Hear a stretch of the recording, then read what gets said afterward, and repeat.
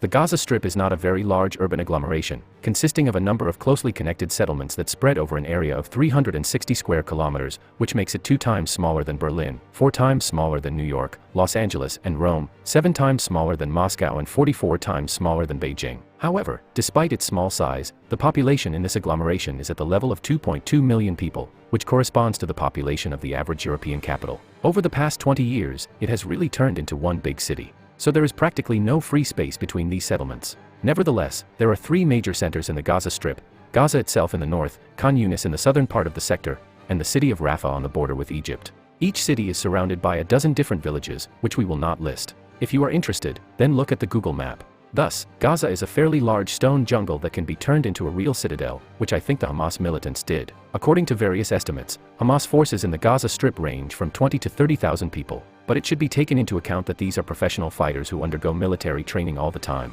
It was they who attacked Israel from October 7th to October 10th, and it was they who defeated the IDF in the first days of the war. Roughly speaking, these 30,000 people form the regular army of the Gaza Strip.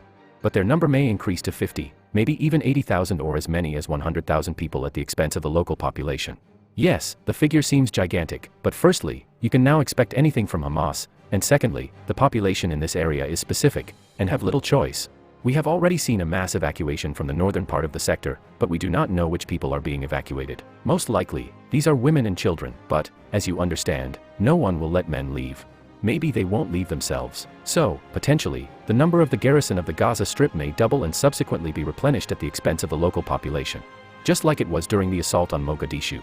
This is the first advantage of Hamas. Well, if you think the militants themselves are on the defensive, then the advancing army needs to have a 3-fold advantage to knock out the enemy, and in the conditions of a modern city, probably 4-fold. This means that 90 to 100,000 Israelis should be put up against 30,000 Palestinians, and against 60,000 Palestinians, we need to put up an army of 180 to 200,000 people. So we fit into the figures for the Israeli mobilization. Well, another 160,000 mobilized remain to guard the border, and we sort of distribute 360,000 mobilized, and there is still a regular army of 170,000 people. In total, now Israel has 530,000 soldiers. It is clear that all this is on paper, and it is not a fact that all units have already been brought to the number of wartime. Nevertheless, the maximum size of the IDF is now this. Obviously, not all forces will take part in the cleansing of the Gaza Strip. As I said, it is possible to effectively clean up the sector with a force of 200,000 people, provided that the Palestinians can put no more than 50 to 60,000 people on the battlefield. The remaining 330,000 should make up a reserve, and most importantly, protect the vast border primarily in the Rayon of Lebanon and Syria, as well as the west bank of the Jordan River. I think there will be no provocations from Egypt, because the Egyptians themselves do not like Hamas. So the upcoming special operation will follow the classic scenario: concentration and build-up of forces, artillery preparation, and finally an assault that can escalate into a long siege. Now we are witnessing both the concentration of IDF forces and the bombing of the Gaza Strip. The purpose of daily raids and shelling is simple. First, you need to destroy the enemy's infrastructure. That is, to deprive him of food, ammunition, and equipment, by destroying warehouses with resources. The following targets are objects responsible for communication, such as communication towers and so on. Energy and water supplies are being hit in parallel, but most of these resources came from the territory of Israel, so there is no need to bomb anything, because the Jews turned off it at the beginning of the conflict. And finally, we need to destroy military facilities, the headquarters of the enemy, through which the coordination of troops is carried out, the locations of artillery batteries and rocket launchers, strong points, concentrated enemy groups, and so on. Israel has been shelling the Gaza Strip for a week. The network is full of photos and videos of high-rise buildings being built, blocks wiped off the face of the earth, and so on. But here you need to ask a question. Is this artillery preparation successful? Partly yes. Because there is evidence of double detonation under buildings, which indicates the explosion of weapons depots or firing points. Israel is also demolishing tall buildings that can become support points, points for correcting fire, sniper positions, and so on. Roughly speaking, they are preparing the field for the upcoming battle. Nevertheless, Hamas is still launching rocket attacks on Israeli cities. Yes, the number of missiles is already going not by thousands, but by tens and hundreds, but nevertheless the strikes continue, which indicates the preservation of a large number of ammunition, equipment for firing, and points suitable for firing. Nevertheless, Hamas has a trump card up its sleeve. This is an extensive network of underground bunkers that run through the entire territory of the Gaza Strip. It is there that the main resources, weapons, as well as manpower are hidden. Therefore, there is a high probability that the militants will simply wait out the artillery strikes and then come to the surface at the time of the IDF offensive. just like it was during the Vietnam War, or the First World War, when the British shelled German positions at the Somme, while Germans were sitting in bunkers. Then another stupid English attack began with a full-length line. The Germans got into position and quickly shot the British. But the situation in the Gaza Strip may worsen, because by preparing the battlefield for itself, Israel is preparing it for its opponents. Because the destroyed neighborhoods in the city can hinder the use of tanks, which will increase the losses of the advancing Israelis. Yes, there are engineering troops and combat tractors, but nevertheless, under fire they will be much worse at clearing rubble.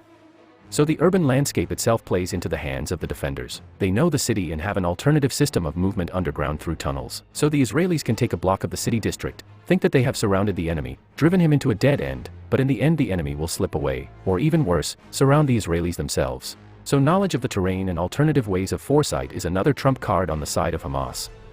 Another important asset of Hamas is the Israeli army itself. More precisely, her condition and possible battle plan. Let's start with the plan. Recently, the government and the Ministry of Defense called on residents of the Gaza Strip to evacuate to the south. That is, to leave the city of Gaza and move to Khan Yunis, Rafah, or even better to Egypt. Thus, Israel has already revealed its plan for the upcoming battle. The IDF plans to attack the north of the Gaza Strip and clear the city of Gaza and its surroundings from Hamas. There is a certain logic in this. Israel seems to be saying that they will attack in the north, and tell civilians to leave the city. Civilians who do not want to fight will leave, therefore those who remain will cease to be civilians, and their death should not, in theory, excite the world community. On the other hand, by marking the place of the invasion, Israel is pushing Hamas to concentrate all its forces on the area of the upcoming offensive, which will destroy most of the terrorists. After all, they will be forced to come to this site. Everything is simple, logical, and tricky. Accordingly, experienced troops, let's say professionals, will be gathered in the north and lead the offensive, while the mobilized, mixed with personnel units, will guard the perimeter of the Gaza Strip. So the plan is simple, weeding out the peaceful from the non-peaceful people, to lure the militants to the northern district and crush them there. Or they can surround them by cutting the Gaza Strip in the middle. This can be done because there is, let's say, a sparsely populated area between the city of Gaza and Khan Yunis, where it is possible to make a breakthrough with armored units on a piece of a small plain and cut off the city of Gaza and its settlements from the southern part of the sector. However, as I said above, this plan can be used against the Israelis themselves. They will most likely attack from the north on a section less than 10 kilometers wide. Even if they are supported from the flank, this is another section for 10 to 15 kilometers. Nevertheless, the space is limited and Hamas will be able to effectively restrain the advancing enemy units in such a small space. If we estimate the width and depth of the front, then 2 battalions, from 1,000 to 1,500 people, can defend 10 kilometers of the front, and 3 to 4 battalions, 2 to 2.5 thousand people, can attack. Of course, this applies to combat in an open area, and not in urban conditions, but in general it can show what an approximate number of people and equipment can fit in such a small area.